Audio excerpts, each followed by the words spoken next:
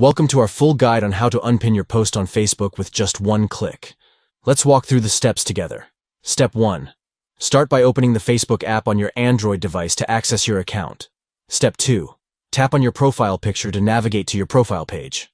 Step 3. Scroll down on your profile until you find the pinned post, then tap on the 3 dots located next to the post. Step 4. In the options that appear, simply tap on Unpin Post to remove the selected post from being pinned to the top of your profile. By following these simple steps, you can easily unpin a post on Facebook with just one click, allowing you to manage and update your profile effortlessly. Thank you for tuning in. We hope this guide has been informative in demonstrating how to unpin your post on Facebook with ease. Enhance the customization of your profile by unpinning posts that are no longer relevant or important.